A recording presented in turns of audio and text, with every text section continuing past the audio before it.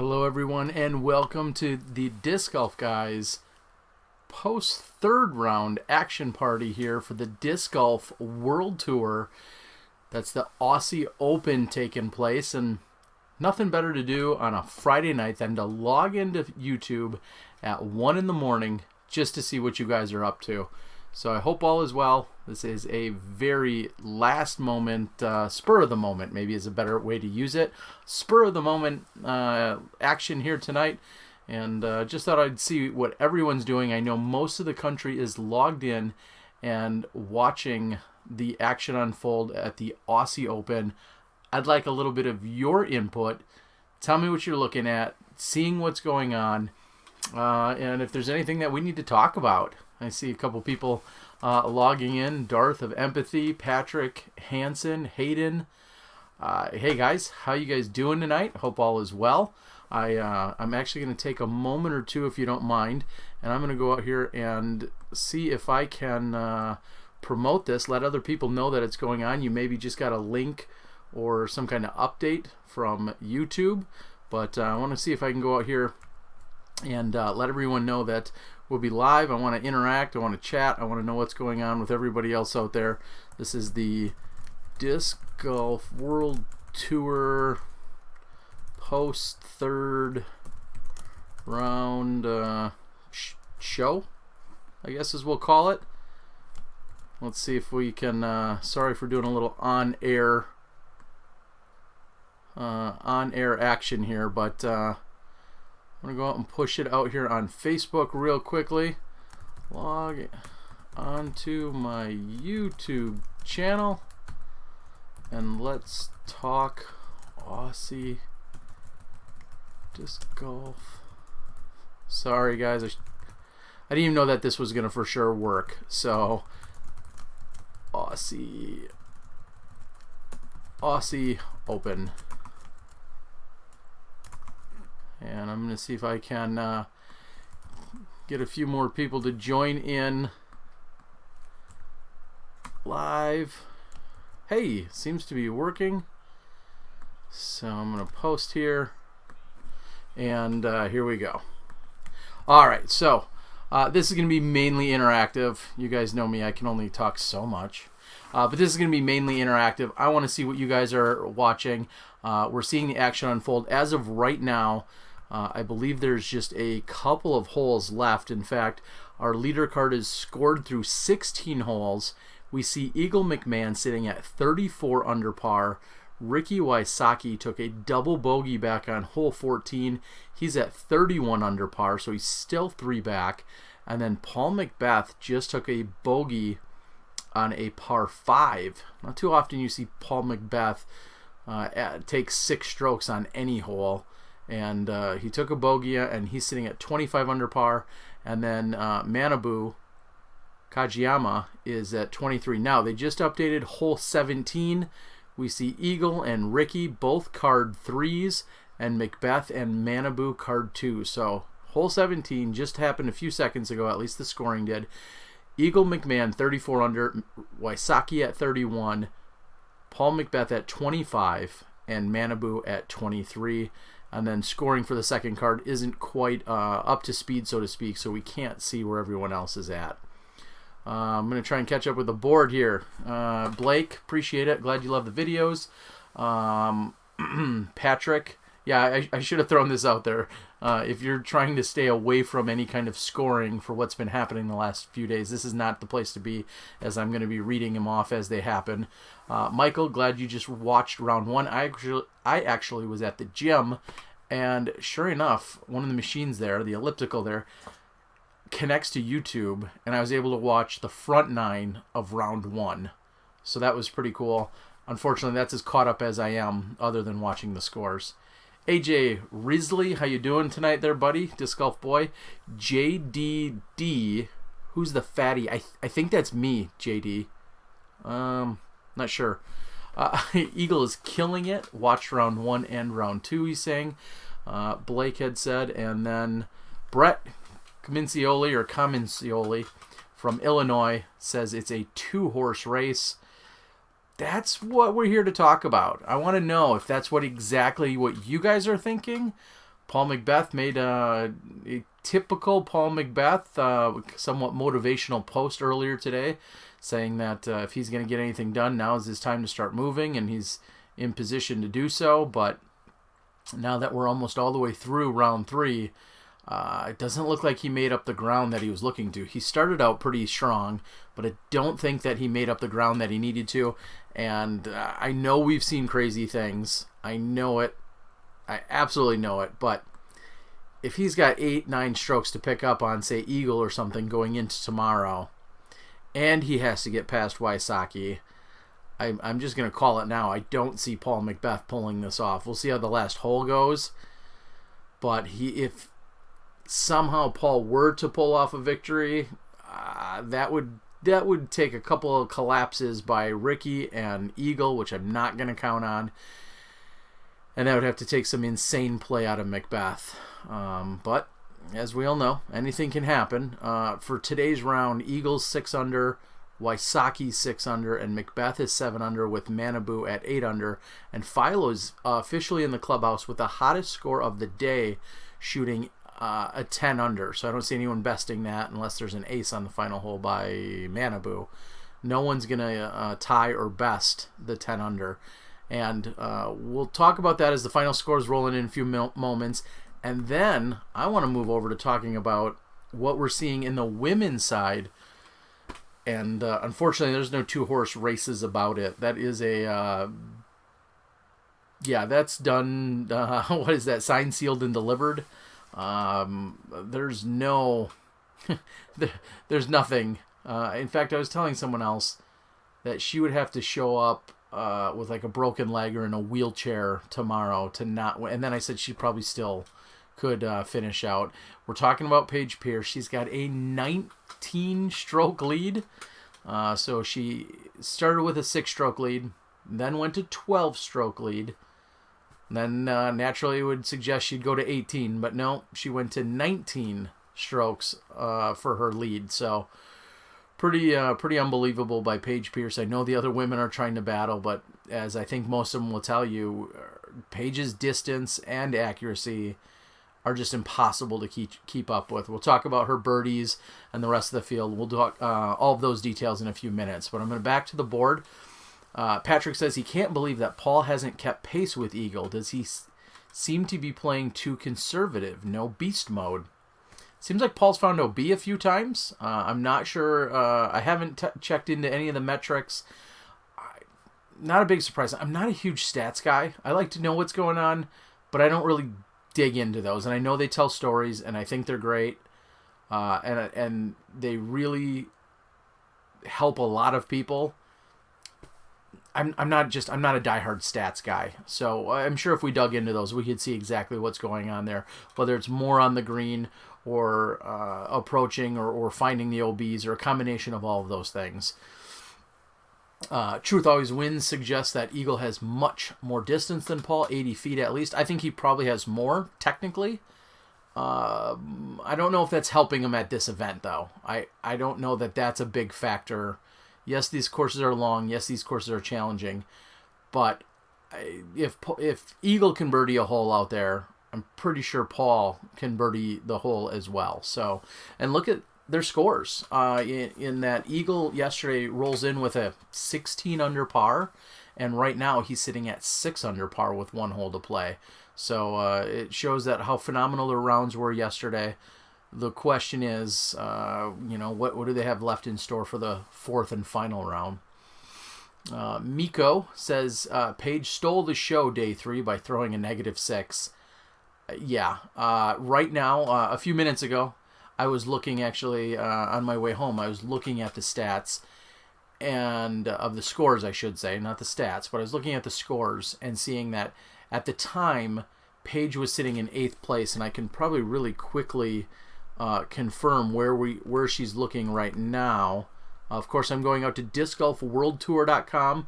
If you want to see anything on the men's side, if you'd like to see any other division, go out to the pdga.com and follow the links from there. So just in, and hole 18 bit a few people again. You see literally three threes in the entire 26-person division. Either you get a 2 on hole 18 or you get a 4. And it looks like hole 18 bit Paul Macbeth and Manabu. I know Paul bogeyed it during the opening round as well. So Eagle finishes with a birdie, 7 under par. He's at 35 down. Ricky Wysocki finishes with a birdie, 7 under par for the round. So he remains 3 strokes back. And Paul Macbeth shoots a 6 under par for the round and actually loses a stroke to the 2 guys in front of him and is sitting at 24 under. And Manabu also shot a 7 under par and sits at 22. So 35, 32, 24, 22. And just missing the lead card for tomorrow will be Philo Brathwaite, sitting at 21 under par. He shot a 10 under, the hottest score by 3 strokes out there by the men's side. And just to compare you guys, Eagle shot a 7, Wysocki shot a 7, Manabu shot a 7, and Philo shot a 10. Those were the only 4 people to shoot a better score than what we saw out of Paige Pierce. Paige tied on the day, Paul Macbeth, Pasi Koivu, I believe Greg Barsby. So, and then she beat most of the rest of the field. So, absolutely ridiculous. Avery Jenkins rounds out 10th place and is sitting at 4 under par. Paige Pierce is sitting at 10 under par, which puts her in 8th place overall for the scoring. And I know she's going for that USDGC bid. She wants to earn her way into the USDGC, and this would be a way that she can do it this weekend. So, just seriously incredible stuff by Paige Pierce, and some just unbelievable golf. So I'm going to go back and read and see if I can catch up. Lots of people saying, go Paige, welcome to Team Trilogy. Pleasant surprise on YouTube. Trevor Hook, hey Trevor, how you doing tonight, buddy? Again, last second, random idea. I said it to Johnny V early. Wouldn't it be kind of funny? This was kind of the concept of the USDGC, except for it would have been way fancier if we were live on that final Saturday. But we're here to talk some golf, and glad you guys are as well. It's got a solid crowd out there doing it. Her mind is in the right place. That's speaking of Paige Pierce, it certainly is. I just like hole by hole personally, which the PDGA can't maintain. I'm not sure about that. There's clearly an emphasis put from the Disc Golf World Tour on the hole by hole scoring that's taking place on the Disc Golf World Tour site. That actually, I don't think has anything to do with the PDGA. So the World Tour is focusing first on the World Tour scoring site, and then the rest of the scores that are usually hole by hole with the women and some of the other divisions, those are being, I think, populated by some of the PDGA staff that's there. One of the challenges that we've heard out there is people talking about the World Tour is only hosting the Open Division scores, and it doesn't have all of the other scores from all of the other divisions. I'm not sure if we'll ever see them on there. I mean, this year the World Tour went from a single division and then opened it up and has all of these other divisions. I thought the minimum that it would expand to is at least the Pro Women's division, and it looks like as of right now, they've only included the Open division. So if you want any other stats or details, you have to go out to the PDGA's link and follow them. Michael Downs, Marty Gregoire out there, I'm sure, busting their butts out there, trying to get as many scores in as possible for people to watch and to look at. Cool One says, we've seen a couple rollers, but with the very long, flat, dry fairways, why aren't we seeing more? Good question. I'm not sure that they're necessary. I think there's a lot of OB, and maybe they're worried about it finishing too hard one direction or another. And a lot of these guys have so much power. They just simply don't need a roller. I believe one of the eagles that Ricky had gotten yesterday was with throwing a roller, but overall, I don't think these guys need the distance that can come with a roller, especially when you got hills into play, and it looks like you really need to hit your landing spot, and a roller is a little bit tougher to get to finish in an exact spot. So I'm guessing that's part of the reasons. Micmac says, go Eagle. Eagle, who's having a phenomenal week out here. So much distance with the ground like this or the Memorial. Go Avery with the comeback. Avery Jenkins out there playing, doing also the live video feed afterwards where he's interviewing a few of the top players, bringing them in, giving some updates and details from the day. So that's great to see Avery Jenkins, and then great to see him in playing mode as well, which we don't see nearly as often, and I'm a guy that certainly understands that. It is going to be a great season for sure. Jamie Thomas, I was speaking with him a few minutes ago. I didn't plan on it, but again, speaking with him via Facebook, and we were just talking about is there still a rivalry? Is it going to be now a 2 or a 3 or a 4 person one? Are we seeing the end of Paul Macbeth completely dominate the way we saw it happen in 2015? And what does this mean for the fans? What does this mean for the companies, for the sport, for the tournaments? But if this is an early indication, you got Eagle and Ricky out there doing their thing and doing it very impressively here at the major. Micmac says he kept a level head today, and for his age and his competition, he's amazing. I certainly agree. Besides Paul, who did you expect to do a little better in Australia? Not to put them down or anything. I mean, I think a lot of the scores are right around what you would expect. Or places, I should say. I mean, when you look at the players, a Manabu, you would expect to be up there. Philo, I think a lot of people just ratings-wise would have put him maybe in the 4th position as opposed to the 5th right now where he is, but him and Manabu are 2 strokes apart, or 1 stroke apart. Pasi Koivu's right where you would expect. Greg Barsby, one could argue, could be up a couple places, and Barsby could have a hot day tomorrow and move into 4th or 5th.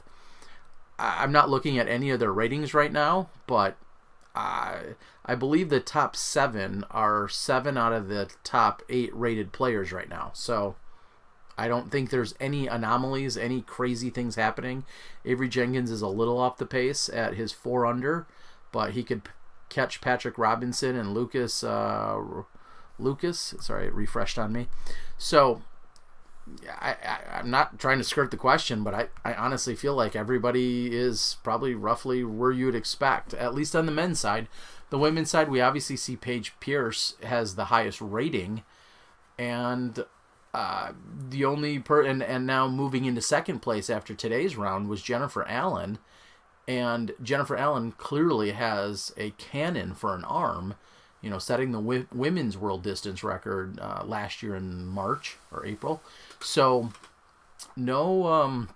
we see Jennifer in 2nd, and so if she had the second most birdies of all women today, behind Paige again, and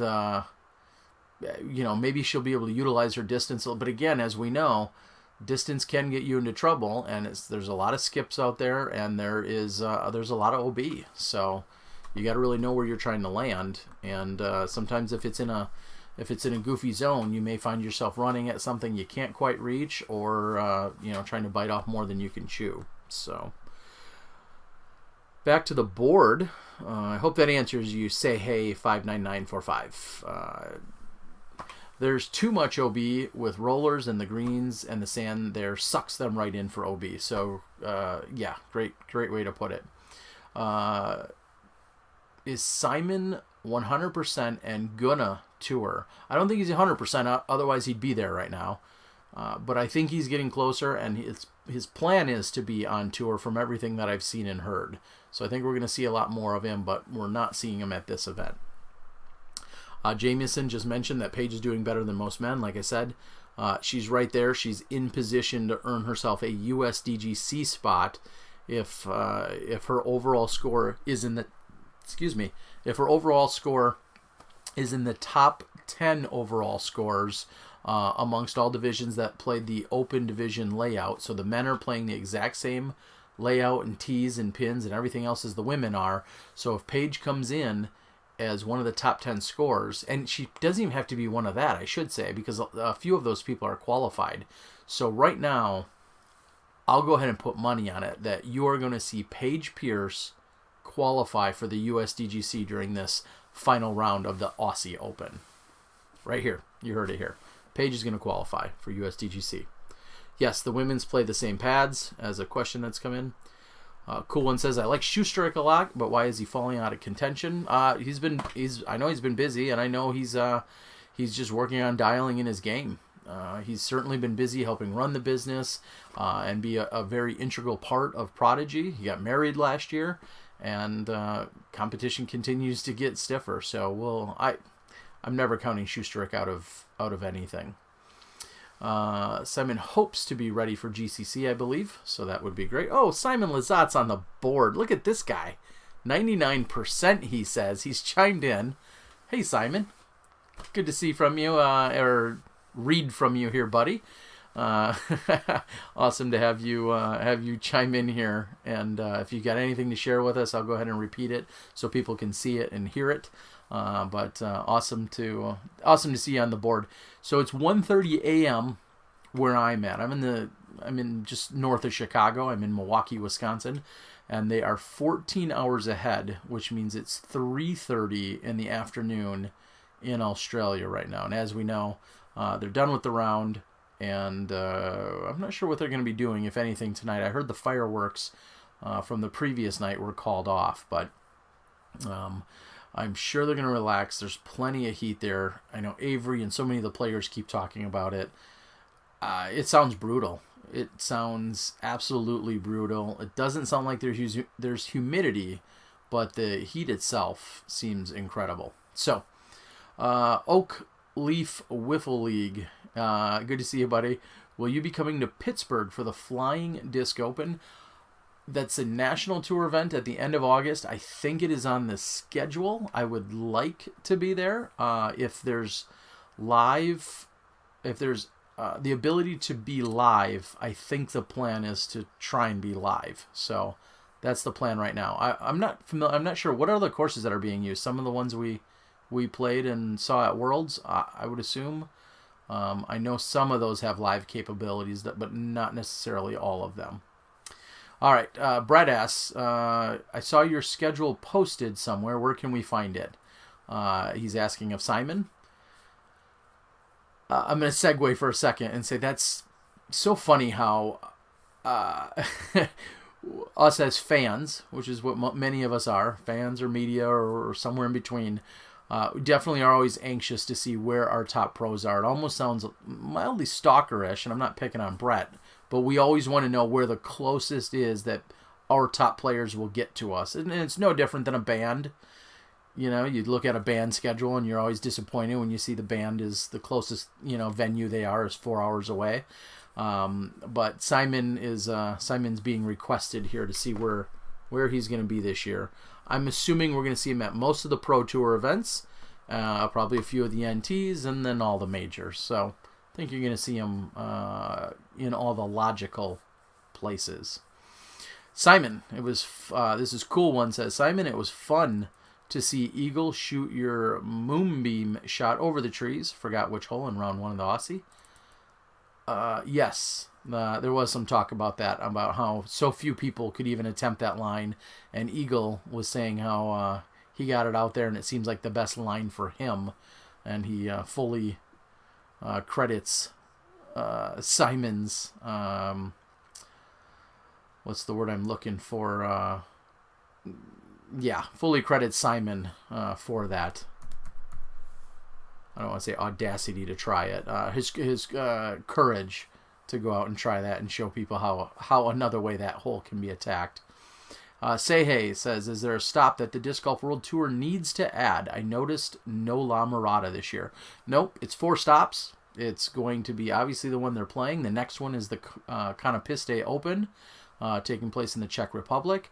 They're playing somewhere else in Finland, or I was going to say Sweden, but I think they're playing an event probably in Finland, and then the USDGC. So last year it was 5 events.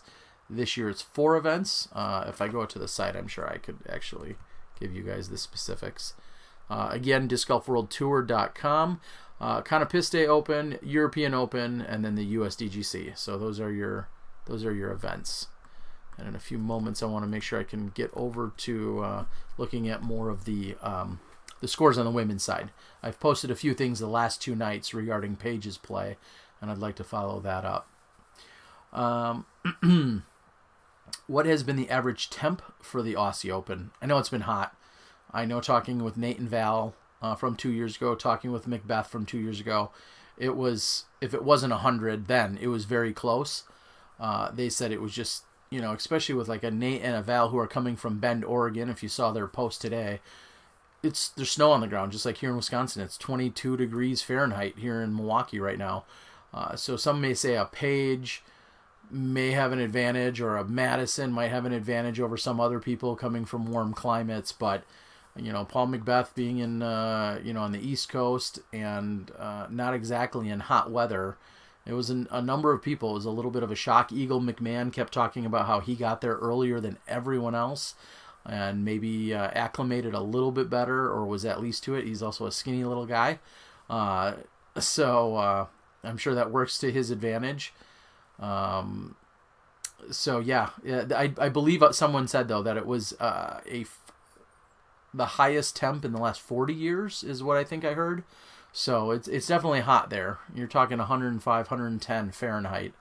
That's at least it's a dry heat is what everyone keeps saying. But apparently there's a significant UV consideration there that we're not necessarily used to in the States. Oakleaf says, I believe Moraine, Deer Lakes, and Nob Hill, all courses that we'll find for the Pittsburgh Flying Disc Open. I'm going to scroll down here a little bit.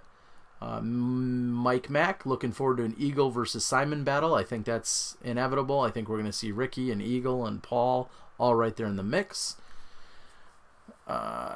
Trevor says, let's try to predict. This is a great conversation piece. Let's try to predict a dark horse to steal a major like Cam did last year. Cam's was a national tour, but I understand your point there, Trevor. I'm going to say I don't think you're going to see a dark horse. I think you may see a new player. I think you may see an Eagle pull off a major like we might see tomorrow at this time. I don't think you're going to see a true dark horse. That's what I'm going to call. I think one of the majors that are going to be won, I think, are going to come from someone you're like, oh yeah, that makes sense. Yeah, I don't think you're going to see someone come from... I can't say that. I mean, I don't know. Would like a Will Schustrick be considered a dark horse? I mean, clearly a 3-time U.S. champion and one of the best in the game. Is he considered a dark horse right now because his rating and his game wasn't where it was, back where it used to be? I guess that's not inconceivable. So if you'd consider someone like a Will Schustrick a dark horse, which would have been laughable a few years ago, maybe by someone's definition, he could be someone that I think very easily could step into a major championship and win it. Simon Lizotte replies with, my schedule is simple. All pro tours, all national tours, all world tours, and all majors. That's the plan, at least. There might be smaller events here and there, of course. So there you go. Awesome for the info. Hope to see you back at Ledgestone, understandably. I am supposed to be working on a Ledgestone promo right now. Don't tell Nate Heinold that. It's not quite done yet, but I really wanted to get on and talk about what was going on over in Australia. Terry, will you be covering Maple Hill, the Vibram Open, around Labor Day this year? And will you be doing 3-hour live casts like Ledgestone? Fun stuff, thank you. Yeah, all of our broadcasts, right now, we're planning on covering all 10 of the Disc Golf Pro Tour events, and all of them will feature a live broadcast for, I think, all of the golf. So there's probably going to be post-production round coverage that will come to you, 12 or 24 hours later. However, as of right now, Smashbox TV will be covering all of the all of the Pro Tour events, and possibly some majors, possibly some NTs. Those all have to get ironed out, but the plan is all of the Pro Tour events. All right. Say Hey says 500-foot drives or automatic putts from in or around the circle. Which do you think is a bigger advantage? That could depend on the course, but every player in the world will tell you, you know, it's the old adage: drive for show, putt for dough. If you're making your putts, that's where you can gain strokes or very quickly lose strokes, and those can compound when you miss a few putts inside the circle, or your putting is off, or you're nervous, or you're second guessing yourself. The putting green is where you get work done. Period. All the time. For weather, you've got to go a month before to that location to get acclimated. That's could be true. I mean, I think getting there a little early, and maybe it's not just weather. There's some people that take a day or two to catch up from pretty serious jet lag. So I could certainly understand that as well. Terry, you are the man. I don't know about the man, but thank you. I appreciate it. Cool one. Putts all day. Yep. Is there a fourth round in the Aussie? Yes, there is. There's definitely a fourth round that takes place tomorrow. Again, we're going to see Eagle McMahon. I guess, Simon, I'm going to call you out there, buddy, since you're listening and watching. Tell us who you've got picked to win. Is Eagle of Team Discmania, is he going to hold on to this? He's got a 3-stroke lead over Ricky Wysocki, looking to pull down his first ever major. Ricky Wysocki, your current world champ, with a incredible 2016. Seems like he has not skipped a beat whatsoever. Are we going to see Ricky Wysocki? Is there enough McBeast mode in the tank to even get past those other two? Simon, we need you to call it right here and now. Who's your pick to pull this thing off tomorrow? And if you say Paige Pierce, we're going to have words, because Paige has got this thing on lockdown on the women's side, and she's going to qualify for the USDGC. All right, let me go back out. Excuse me for just a moment, and I want to find the scores from a few of the other divisions. Spread the love around.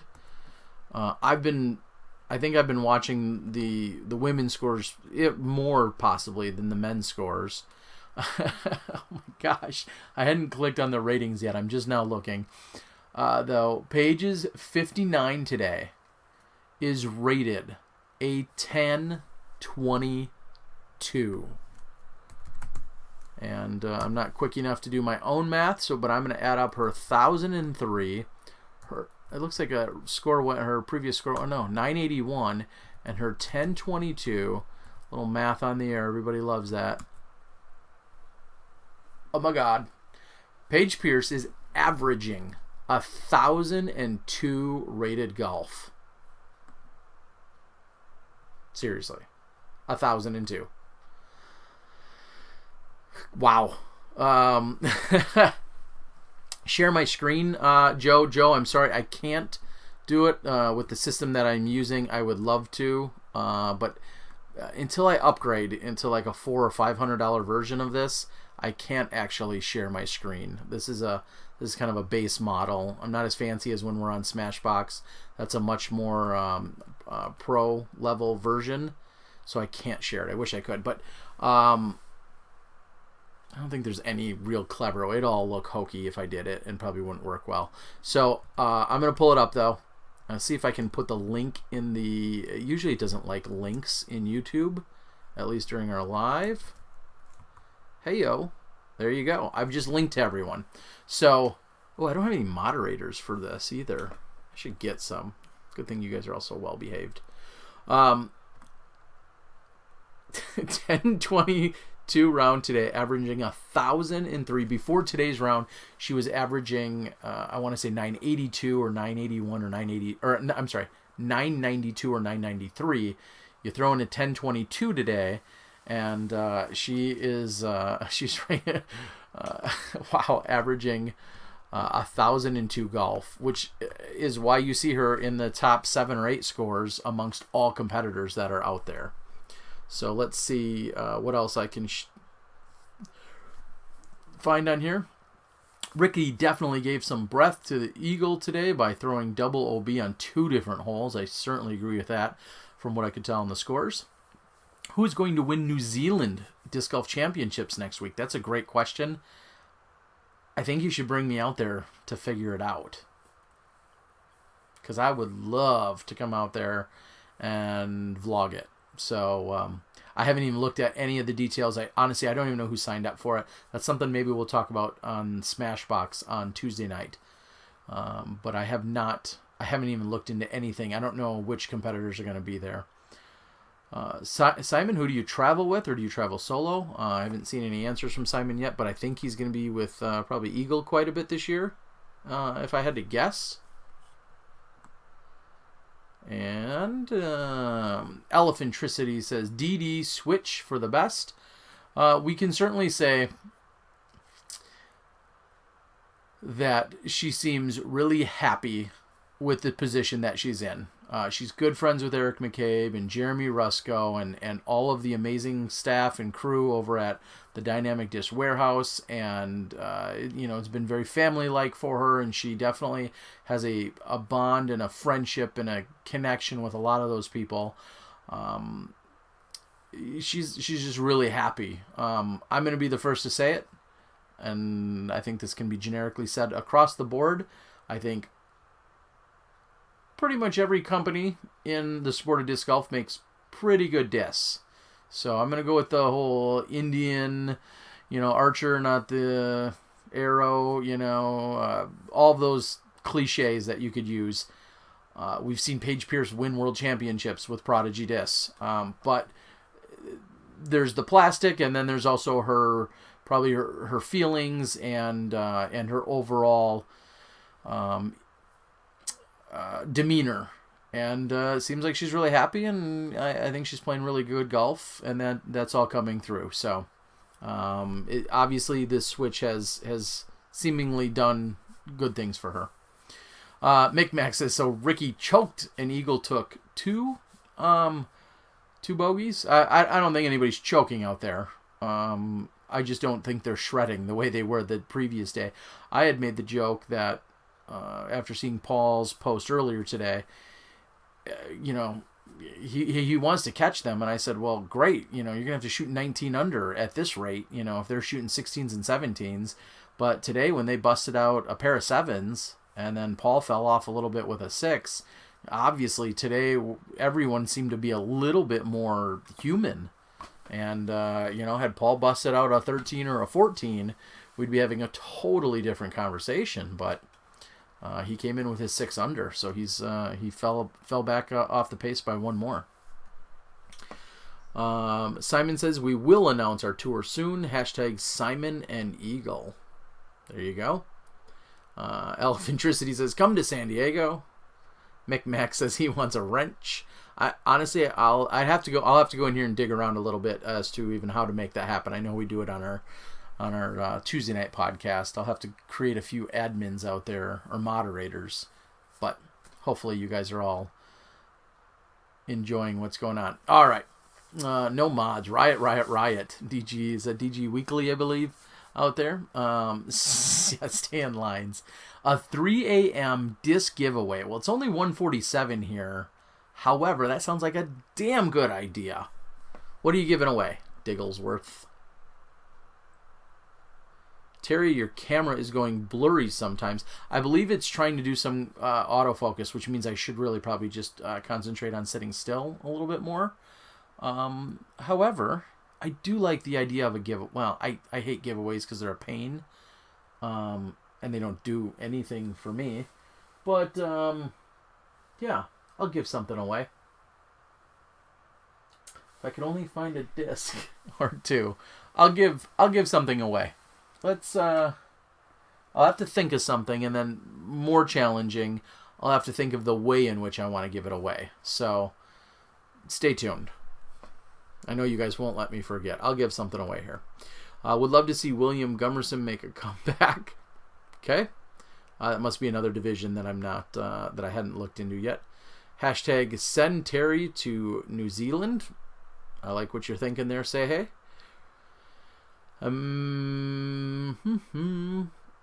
Germ, Avery, Manabu, Yeti, Des, and are all playing in New Zealand next week. Awesome. Sounds like a great crew. We all know that Big Germ, hashtag big hug for Big Germ, clearly suffering his illness this week, as so many of you knew about. I made the joke and said maybe they'll trim it up to just 3 rounds and you could get in for the last 3 rounds, like the last major you won. But in all seriousness, Big Germ said he was still drained. Even if he was on the mend, it just wasn't going to be worth it to try and force through. And he's hoping just to feel better for New Zealand next weekend. So best of luck to Big Germ. Darren says we will behave. Good to see. Hey, Jason Curtis from out in from the West Coast. So glad to see you, buddy. Say hey. Says SoCal versus NorCal. SoCal versus NorCal this weekend. Hashtag Team SoCal. I think I saw a few other posts. I didn't dig too much into it, but gotta love some team golf, whether it's Ryder Cup or one of 100 various formats and matches. Best of luck to you guys. Mike Mack likes free stuff. You would. All right. Close your eyes and pick a disc. No, that would be probably too costly. Ask a trivia question, a hard one, and let us try to answer. That's probably along the lines of what will happen to give something away. Funny how Australia didn't let Nico in. Biggest crimes out there. Crimes? There's a lot of speculation, and I don't want to be at liberty to say exactly what I do or don't know. But yeah, sounds like Nico not in. And that's too bad, because to have the opportunity and your friends and all that other stuff, and then to not be getting in is just too bad. Germ is supposed to be my doubles partner next weekend. Hope he gets better. Yeah. Mike Mack says go Team NorCal. Disc Golfer 44 on Roblox. Says hey Terry, how you doing? NorCal, another one for Team NorCal. James Simpson says crap. Had to be because of his record why he didn't get a visa. There's a lot of speculation as to what factored into that. Wow, a cool one says Australia wouldn't let Johnny Depp's dogs in either. He had to apologize publicly. Hey Keith, how you doing, buddy? Keith, everyone. I mean, come on. Wearing his Smashbox TV shirt the other day, last weekend, and carded the ace. So when the new Smashbox shirts come out in the next week or two, and you want an ace, sounds like you need to pick up a new shirt. So that's a no-brainer. All right, let's get back to some of the women's action I was talking about. Again, Paige with a 10-22 rated round today. She's sitting on a 19-stroke lead over the charging Jennifer Allen. Now, there was a 10-stroke difference between Jennifer Allen and Madison Walker today. Jen Allen shot a 63, which is rated 992, so she made a huge jump and zoomed right past Madison Walker. Again, 10-stroke difference. Jen Allen with a 63, Madison with a 73 today, playing just about at her rating. She was playing consistently above it for the previous 2 rounds. Des Redding came in with a 74. And then we see the rest of the competitors, most of which are from overseas, or not from the U.S., maybe is a better way to put it. Excuse me. And then there's a little bit of a separation there. Once you get after 4th place, Des goes, she's at 216 overall, and Christina Bear is at 238. So there's a substantial difference. Your top 4 are, I think, pretty locked into place for what we're going to see on the finals. The question is, who's going to finish where? We'll say 2nd, 3rd, and 4th. I think that's the biggest chance for any movement. Madison having a great weekend, and Jennifer Allen just getting the best of her during yesterday's round. Otherwise, Madison had the advantage. So we'll see how that shakes out. Das Loomis in Masters has a 3-stroke lead over Dude. Chris Finn. And Jay Yeti is a little off the pace as well, which is probably one of the most surprising situations. He's the highest rated master there at 999 and is currently sitting in third. Das is rated 977 and Chris Finn is rated 960. So Jay Redding is at 990, rated 999. It looks like he's played 945, 974, and 992. So he's yet to play to his typical rating. Tomi Kolmala, I'm going to go with, is currently winning advanced by a stroke over Scott Hawker and Kim Holmes, tied with Brian Lee Clevenger and Barrett Jeffrey. And yeah, that's what we see for the scores. I'm going to go a step further, and the last few days I've talked a lot about Paige Pierce, and just for the best possible term is just dominance. Paige Pierce opened up, like I said, with a strict 6-stroke lead after the during the first round. But what I really wanted to talk about is her birdies. The opening round, Paige Pierce, I'm going to get to it here because I don't remember all of it. I don't want to misspeak, actually. All right, Paige Pierce opened the first round with 7 birdies. The other 8 women combined had 6 birdies. So there's Paige with 7, and the other 8 women had 6. So 7 and 6, remember that.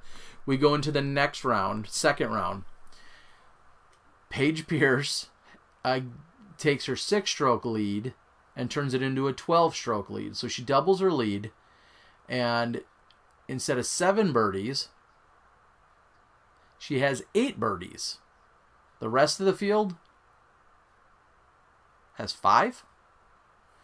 So 8 and 7, so she has 15 birdies, and the rest of the field combined has 12. So she's got 7 birdies, 8 birdies. You go to round 3 today where she shoots 10-22. And she comes in with 9 birdies.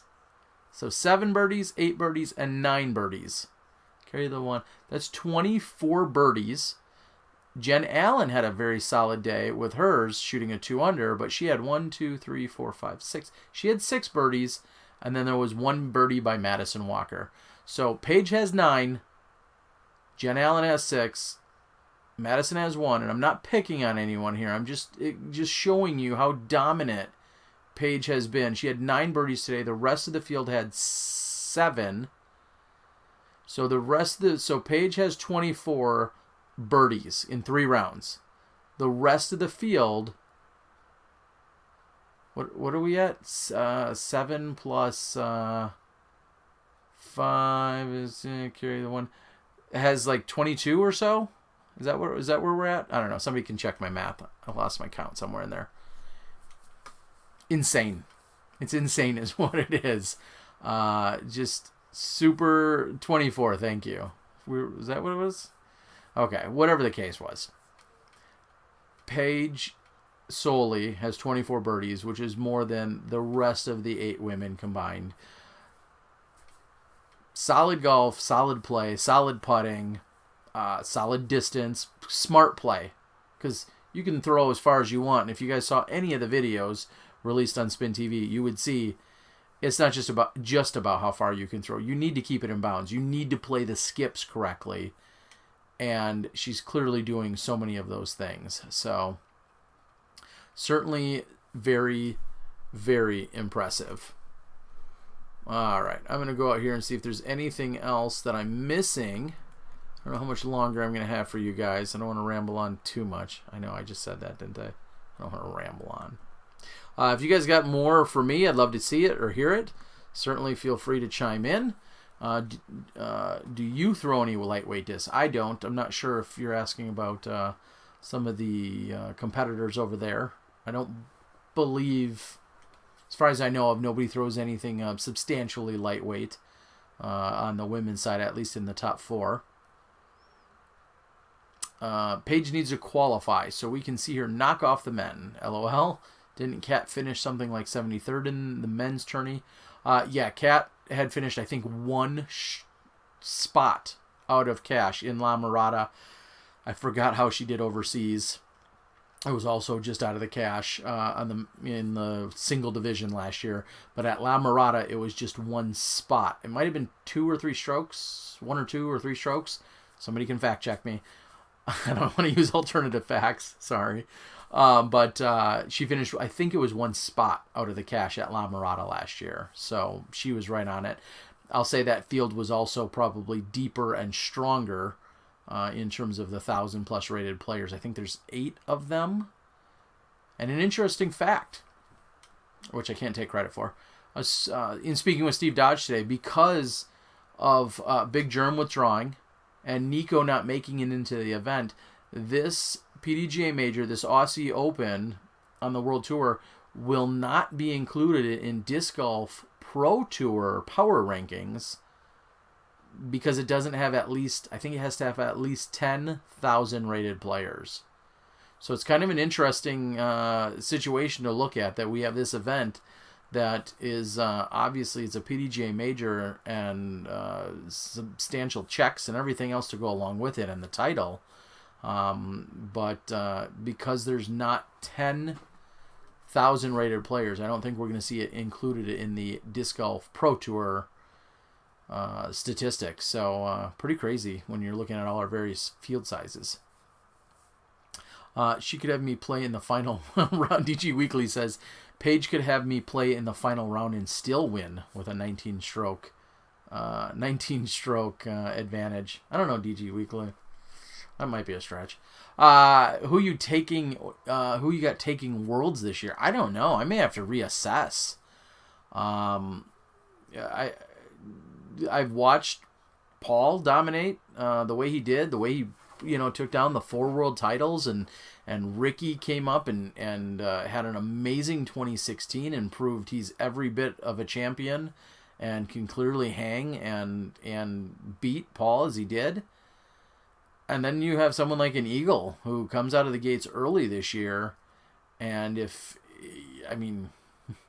nobody's throwing further than Eagle, and if he's putting well, he's going to be damn near unstoppable. So, as we said a while ago, this may not be just a single rivalry anymore. There may be 3 or 4 people that are that much closer and in the mix. That long-winded answer tells you I don't have a pick yet for Worlds. It's going to be at the in Augusta. It's going to be in June versus August. I mean, there's a lot of interesting factors and just 2 courses. So I'll have to get back to that one a little later. I will follow it up on the women's side and say, I think we're going to continue to see battles there. I feel like Kat and Paige have a distinct distance advantage that they love to be able to rely on whenever they can. But we saw Val, obviously, last year take her 4th world title down, and with some maybe a little bit different style and or course management is what kept her in it, and then allowed for her to capitalize when she could. Sarah Hokum, Madison Walker continues to try and to charge at these women, as she did at the United States Women's event last year, the US WDGC. Hannah Leatherman. I mean, there's Jen Allen. Crazy. It's anybody's. Best player over 40. One has to, I was going to say one has to, you have to throw Barry Schultz in that conversation. Obviously, you have to throw Kenny in that conversation, a Brian Schweberger, and Johnny McRae. I mean, I think those are your top 4 for sure. Patrick Brown, sorry, I don't see Patrick as much as some of those other guys. And then a Patrick Brown. I mean, there's your top 4 or 5 for sure. Best players over 40. How would Paige fare with the top advanced players in your opinion, Terry? Depends on the situation, but I think she would beat most of them. She's rated 960s, whether it's low 960s, low 970s, mid, whatever. Obviously, your top advanced players are typically around, 960, 970. She clearly throws further than many of them. I think she throws further than, I'd say if you could do a study and get literally every person that throws a disc to throw 5 discs, I would put Paige in the top 1%. And this is every player on the planet. I will put Paige in the top 1% of throwers, men or women, for sure. If you're pulling the few million players that we have out there, she's easily in the top 1%. So her distance is great. Now, here's the funny part. There's a little gamesmanship and strategy there. You put Paige, the 3-time women's world champ, and you set her into the leader card of an advanced men's, we'll say A tier. I'd take Paige probably more often than not. Some of those other people are going to be nervous. They're going to be scared. They're going to be macho and think, I don't want to get beat by a girl, even though she's probably rated higher than them. Paige has got the confidence. She's obviously got the skill sets, the forehands, the backhands, and she's got all the experience in the world. So, I don't know what kind of hypothetical that is, but I would put her doing very well in any, here she is hanging with the top men in the world. So I would definitely, not too many advanced players can say, yeah, I'm playing in another country and averaging 1,002 golf. That doesn't happen all that often. So that's exactly what Paige is doing. This event doesn't have a major feel to it, Digglesworth says. I can understand that. I can partially agree with that. It's in a goofy part of the season in that, and I'll use what Paul has said in the past. You're in the middle of the off season, and then not everybody, a number of these players then travel across the world, go play in this event, and then some of them will come back and still kind of sort of be in their off season for another 2 or 3 weeks before we get to Vegas. So it doesn't have the depth of players. Ratings wise, I just said 8,000 rated players. There's going to be B tiers this year that may be as competitive or more, just by sheer statistics. So I can get behind that. When you say it doesn't necessarily feel like it has a major feel to that, I'll be the first to admit I don't feel like it does either. We're all watching, we're talking about it. It's clearly a big deal, but I got to agree. You're talking about 70 total players, and there's 26 open and 9 women. So there are, do some math, that's 35 total professionals. One could argue that doesn't feel like a major from that perspective. They're treated well. They have these amazing amenities. You're on the other side of the world. There's a ton of great things, and I'm jealous that I'm not there. I'm jealous for the people that are. But I'll go ahead and say I agree. It doesn't necessarily have all of the normal feelings you'd have with a major. So, fair enough. Absolutely. Sorry,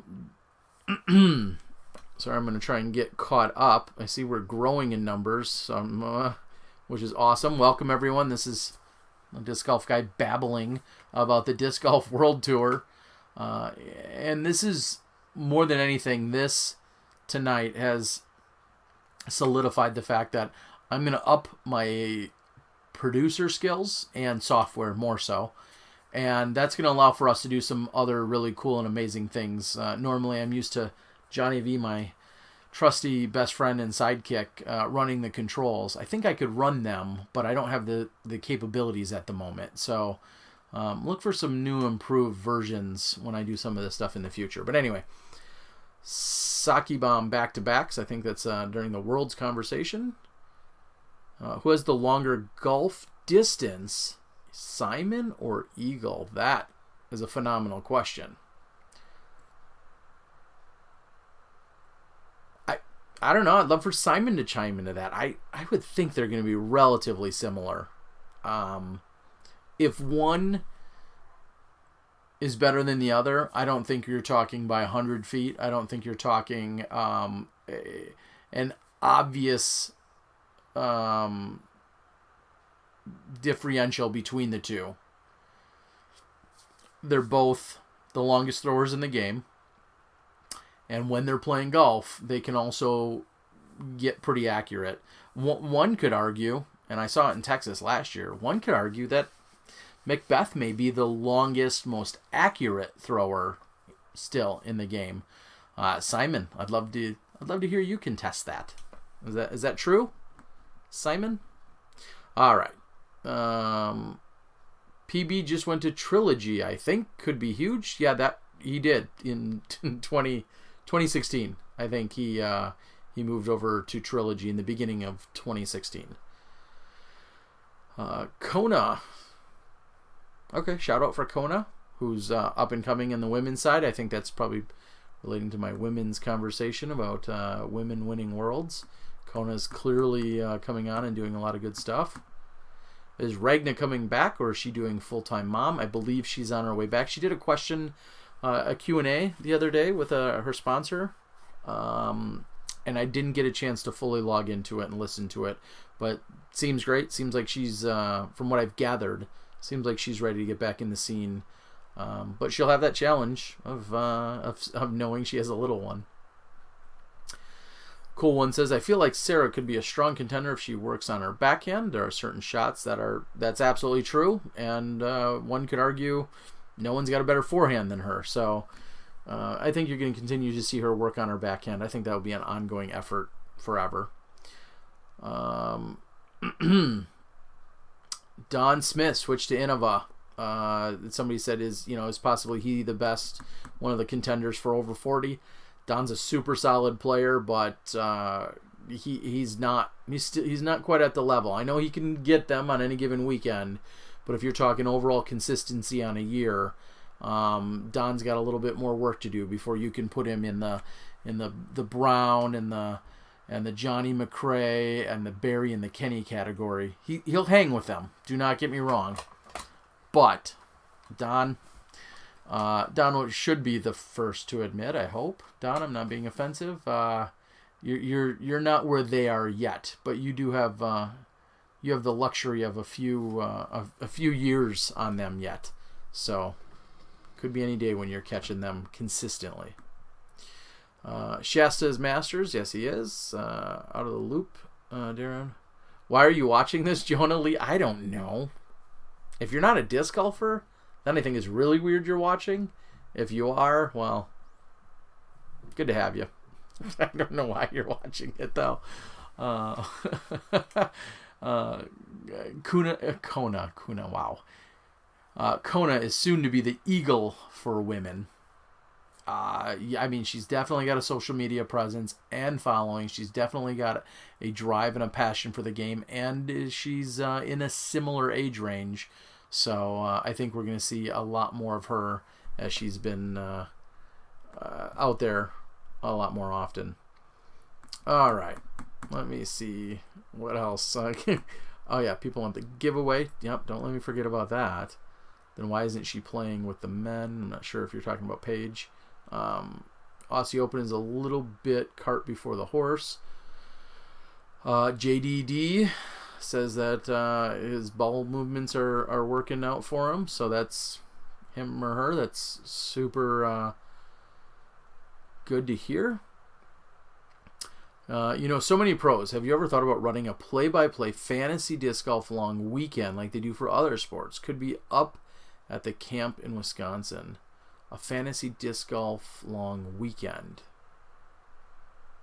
As in, like, get the pros to come do it and help out, and be there and provide clinics and demos, or what? Describe exactly. Oh, my laptop's going crazy. Describe exactly what you mean by that. Oh, that's not good. If I got a button that's sticking.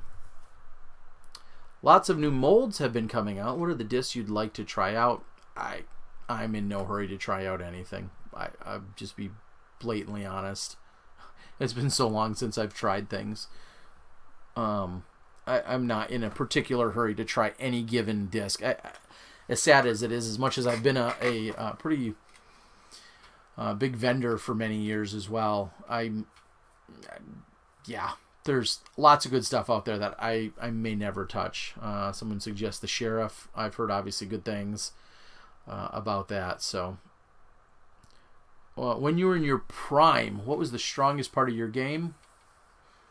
I was good at scrambling, which isn't necessarily a good thing because that probably means you're not throwing great drives. Definitely approaching and putting. I was a relatively solid putter. I never thought of myself that way. Everybody else, at least in Wisconsin, referred to me as that. I did make it to the finals in a number of the Pro Worlds putting competitions. There's one still under protest, 2010, against Jay Redding and Chris Herron and Josh Anthon, but that's another story. 2011, I won the speed putting competition that took place on the beach in front of everybody in Santa Cruz, California. Finishing in the top few spots in the regular putting competition for Pro Worlds then qualified me for the beach putting competition, and you had to throw, I think it was 40 putters in 2 minutes from 10 different stations, and Josh Anthon was there.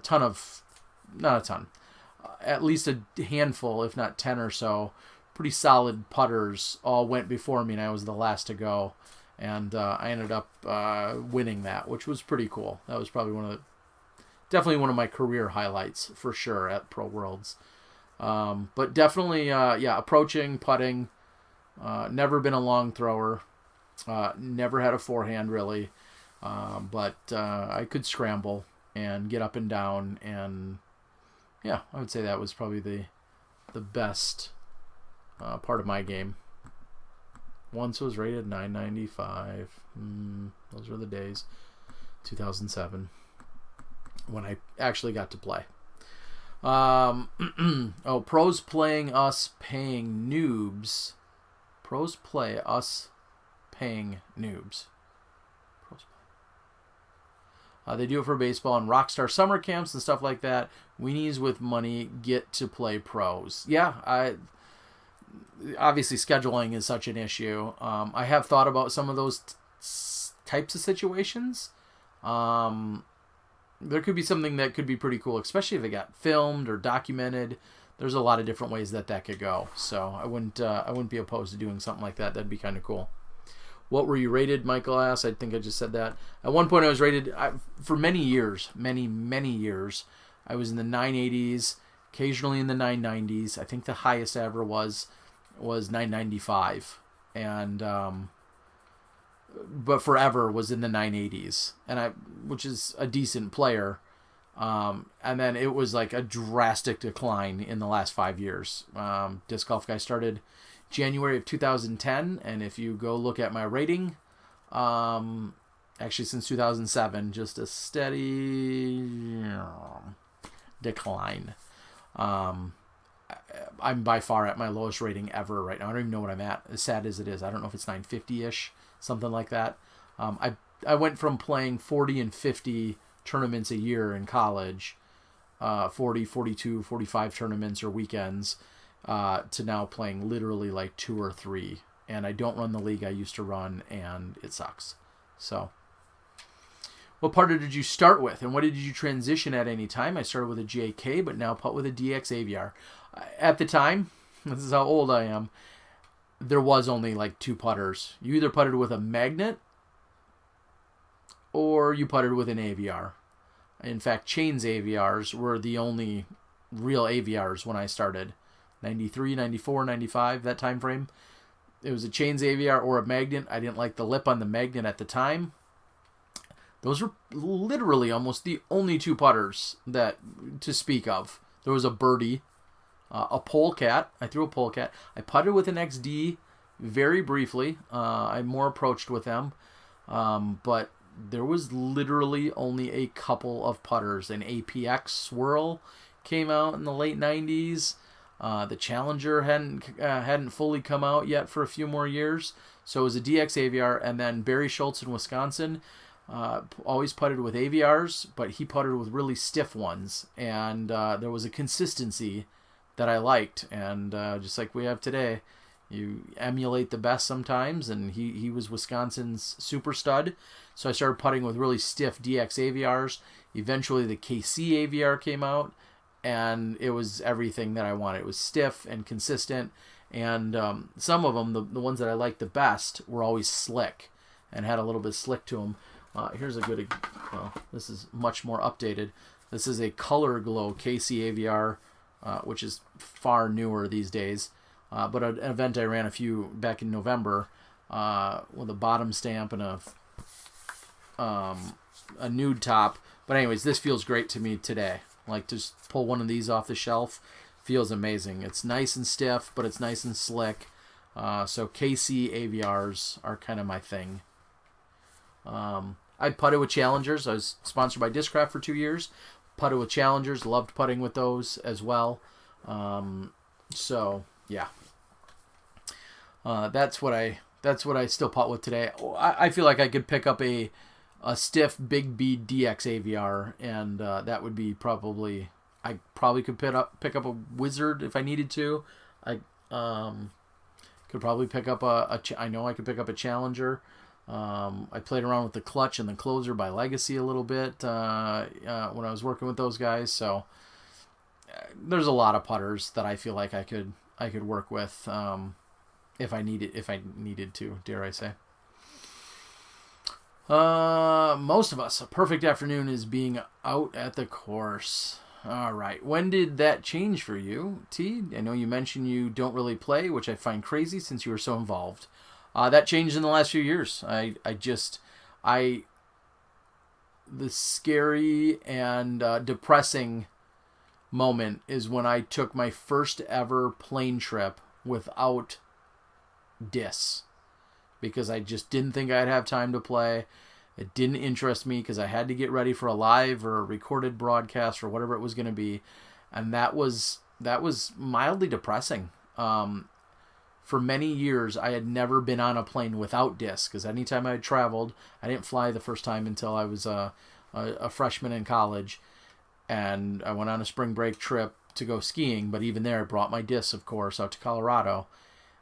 So every single plane ride I'd ever been on, from 1997 to probably about 2010 or 11, I had discs with me, because of course I was going somewhere for disc golf.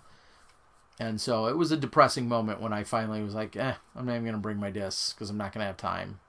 So yeah. And then I used to run a league every single Wednesday for 7, 8, 10 years, whatever it was.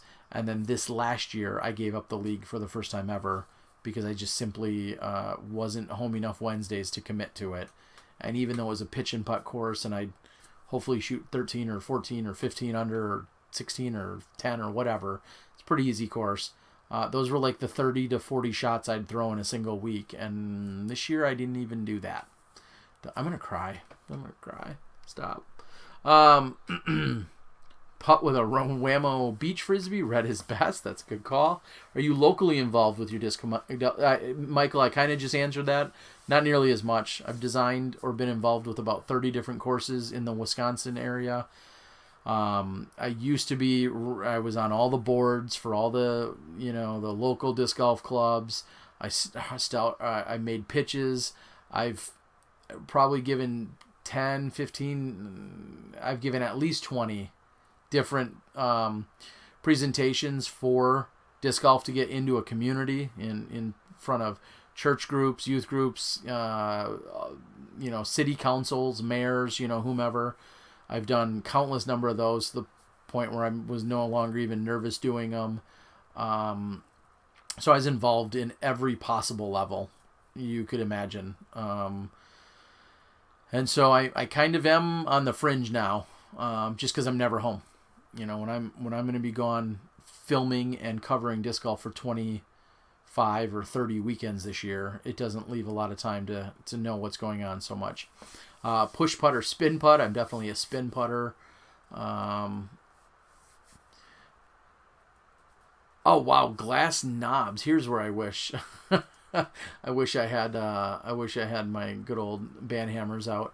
Glass Knobs is looking for Richard, so keep looking, Glass Knobs.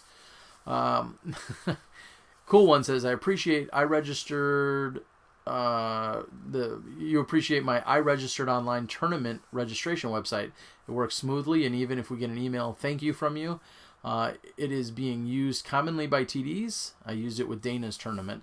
So for those that don't know, and it's a much longer story that I'm not going to get into tonight, I do host an online registration service. So before Disc Golf Scene existed, before Disc Golf United existed, before a ton of other options existed for online registration, I had my own website built that would host online registration. And I didn't take it as far as I should have, because I think I could have been a Disc Golf Scene before it even existed. But I didn't have all the technical aptitude to put it together myself, and I just didn't pursue it hard enough. I also thought that I was going to be doing some other registrations with it, and it never came to fruition as much as it could have. However, if you're in Wisconsin, iregisteredonline.com is a site that has been commonly used. It doesn't get used as frequently because competition has stepped up, but anyone that wants to support me in the smallest of ways, that's one way you could support me. Use my online registration system that allows me to make a whopping $1 or so on your event registration, people. But I understand it's pretty cutthroat out there. All right, let me get through some more of these questions quick. I think we can start wrapping things up. I didn't realize how long it already has been.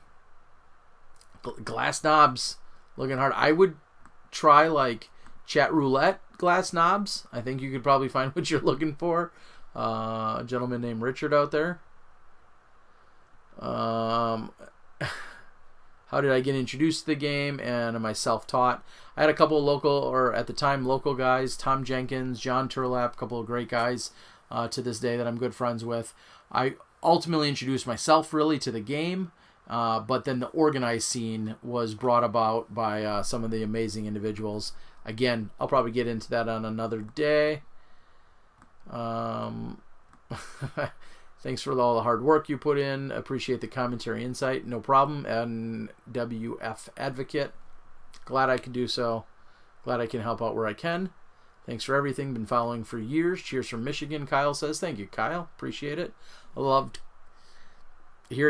going to Michigan. I used to, here's a silly fact. I used to go to Michigan so often in college that many people in Michigan thought I lived somewhere else in Michigan. I used to go over to Hudson Mills Metro Park and play the original and the monster courses. I used to play those for No Fooling. I used to play those for MDGO events.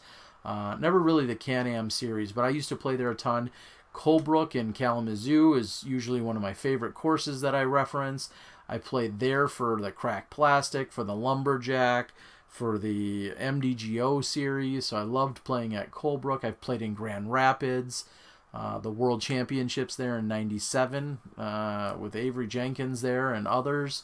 I used to play a ton of disc golf. If there was an event in Wisconsin, me and my buddies just all went to Michigan because there was always an event there. And now Wisconsin has just as many events. So, but yeah, back when I was playing 40 and 50 events in a year, a lot of those would be going over to Michigan to get one or two in a single weekend.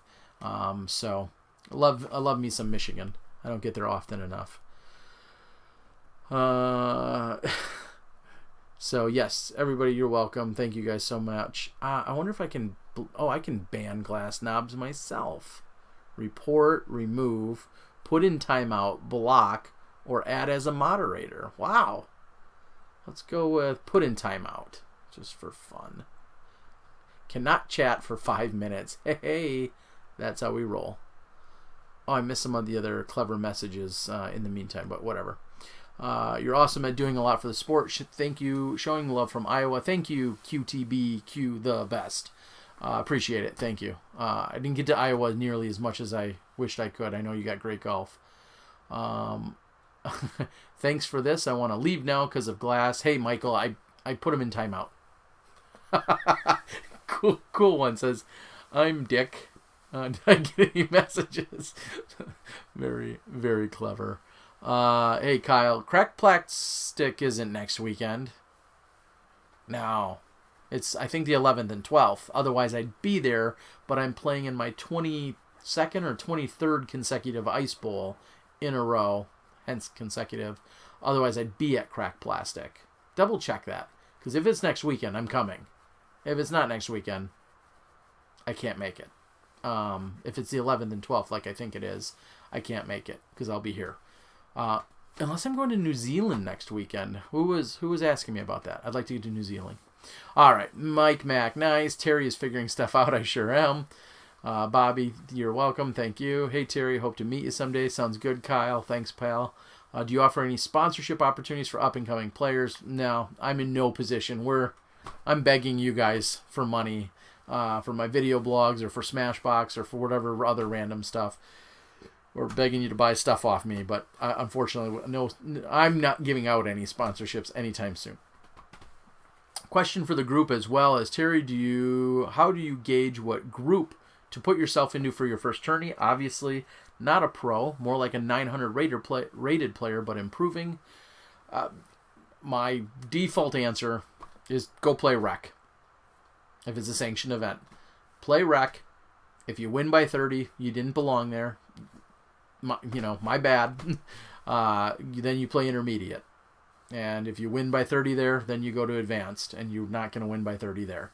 I'm guessing. So, start at rec. See where you shake out. One weekend doesn't define you as a player, but it should give you an idea. And, and if you win one tournament by 50 strokes, you'll get called a bagger for one day, and you move on. So, that's what I would do. Do you ever do ice bowls?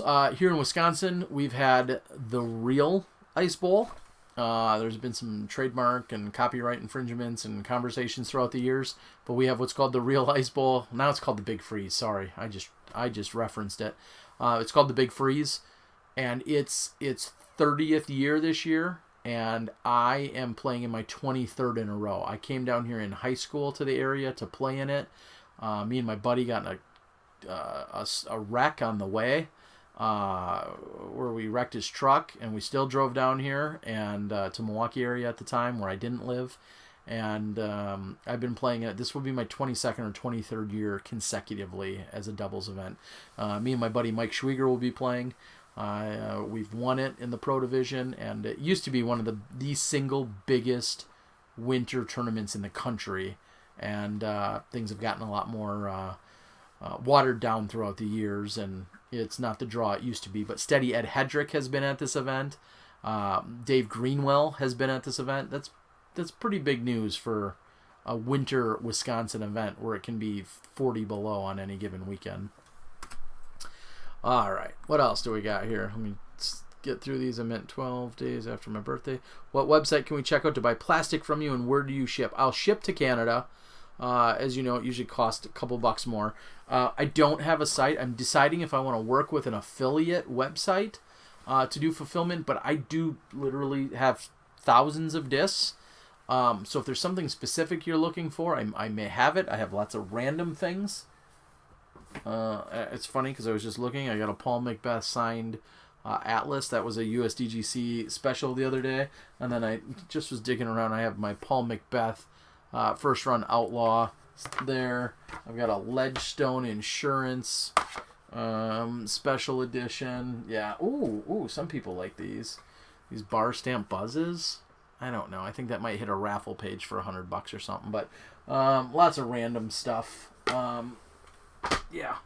Here's the Glow 30th anniversary Glow AVRs. I've been trying to get organized. I've got so much random stuff. Got a couple misprint buzzes. I think you're going to see a pretty cool one coming from me here soon. I thought these were pretty cool. There's a misprint buzz, but then here's a Star King Cobra with the Air Force stamp. I have a couple of those. 180. So on and so forth. There's a buzz from 15 years ago. Hold on. You guys can see this. So, not 15 years ago, but this is from quite a while ago. This is a Buzz with the flying penguin stamp on it. Old school fly-dye Buzz. So I dabble in quite a few collectibles and okay, I'll pull out a few of these. I know some of you guys will love these. The silly $200 and $300 Josh Anthon destroyers. Ooh, one cool thing I do have. Show her off. Some Disc Golf Pro Tour cards. Ooh, somebody was just asking about these the other day. These were set aside. Hold on. Not too many people have these. There's a Macbeth Champion card. Here's the Silver Cup Venue card. I got a couple of trades I'm supposed to make with people. Hold on. Oh, I don't want to show all those off. Where's my other stack? Oh, here's a Ledgestone Insurance Venue card. Here's a Wysocki Champ card. I've got all 4 of the Champ cards, which I've heard not too many people have.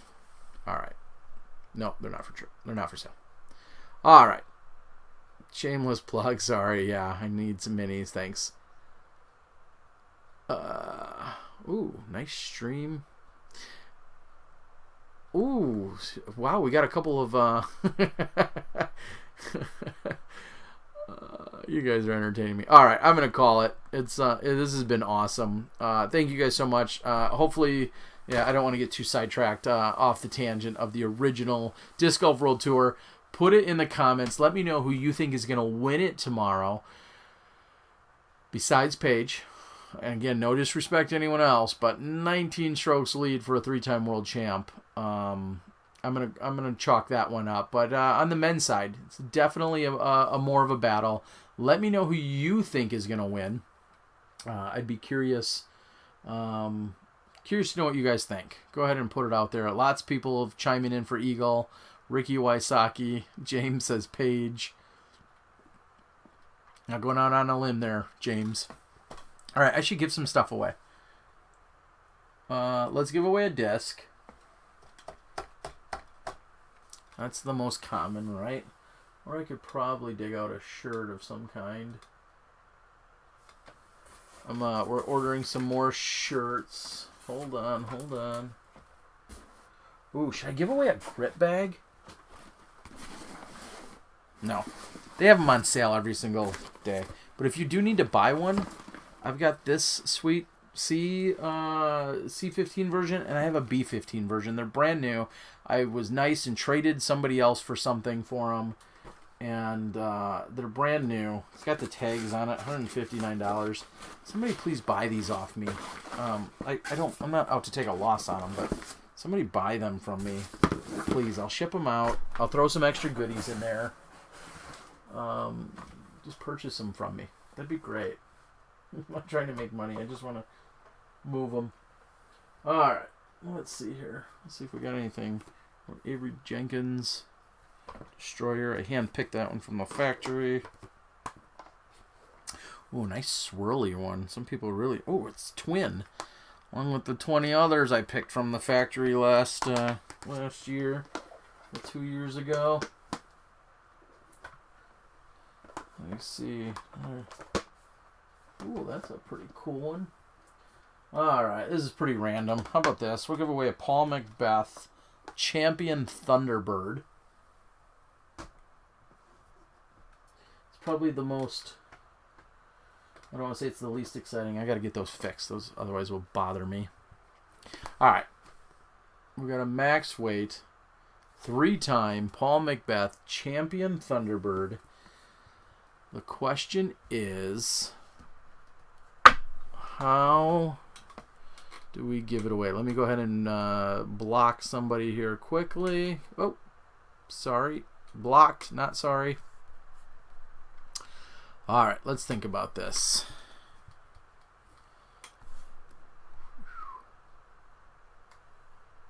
All righty. Man, I want to make you guys do a little bit of work. This is what happens when I think on the fly when it comes to things like giveaways. Okay, I'm going to go back up for a moment. Paige, Eagle takes it. Rick, Saki, Simon. I don't think Simon's winning. Ricky, Ledgestone. Oh, Ledgestone probably testing. Must have been a good Bieber fan. All right, let me think. Oh, ooh, should I go with one that's going to make you go out and do a little bit of research? Alrighty.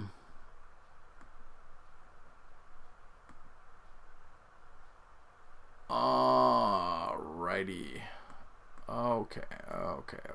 Hold on, I think I'm close.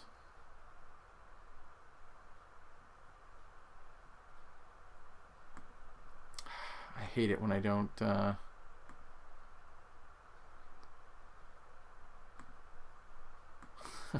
I'll admit I was going to do something with Paige Pierce, as in name a hole she's birdied all 3 rounds.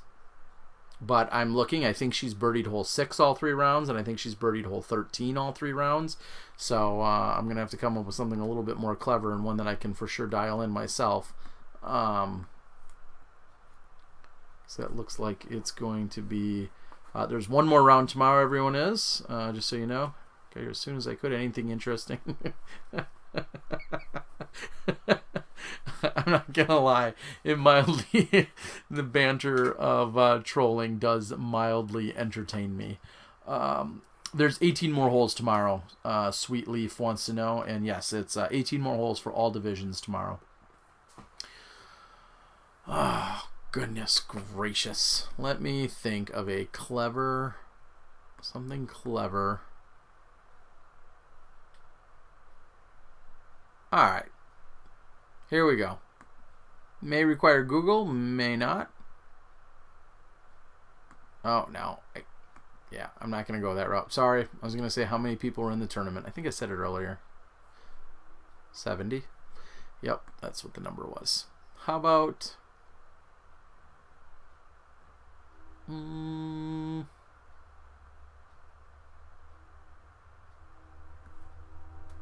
Alright, I'm going to make you guys work for it.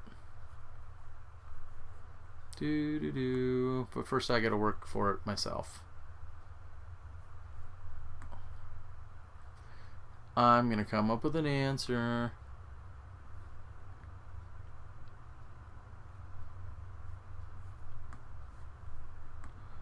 Oh, God, this is a lame...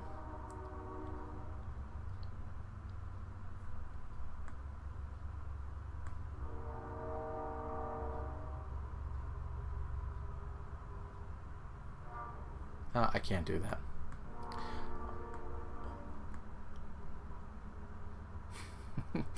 that. Eagle will take it. He'll take the disc. Make us work for it. Yeah, that's a train way off. I guess it's not that far. It's a couple blocks. I live in a Milwaukee suburb, out in Pewaukee, and there's a train not too far away. Come up with the answer, and we figure out the question. I was going to say, how many birdies does Avery Jenkins have? But that just doesn't seem like a fun one. So,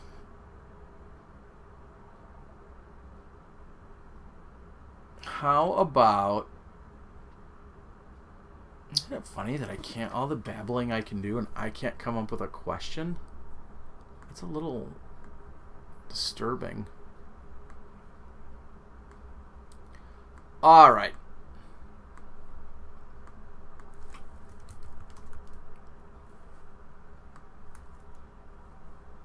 All right, here it is.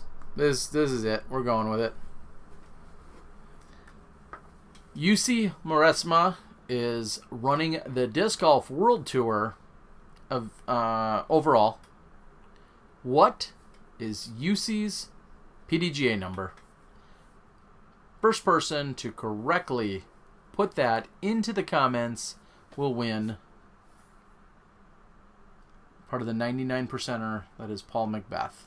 UC Maresma's PDGA number, as he is hosting the Disc Golf World Tour kickoff event. Not him personally, but he's in charge of it overall. And, oh, Mike Mack. One too many numbers. And coming up out of nowhere, didn't see the chime in all night, Limonium is your winner.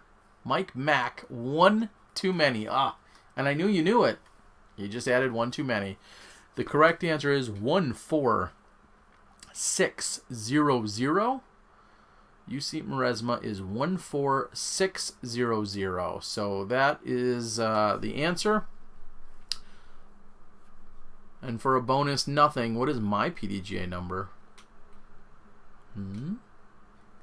All right, Limonium. Please go reach out to me on Facebook or via email. Or you can message me here on YouTube Messenger, which I otherwise would never use. But for this instance, let me know where you want to send it. But I need your address, and I would be glad to mail this out to you. It'll probably get mailed out tomorrow or Monday.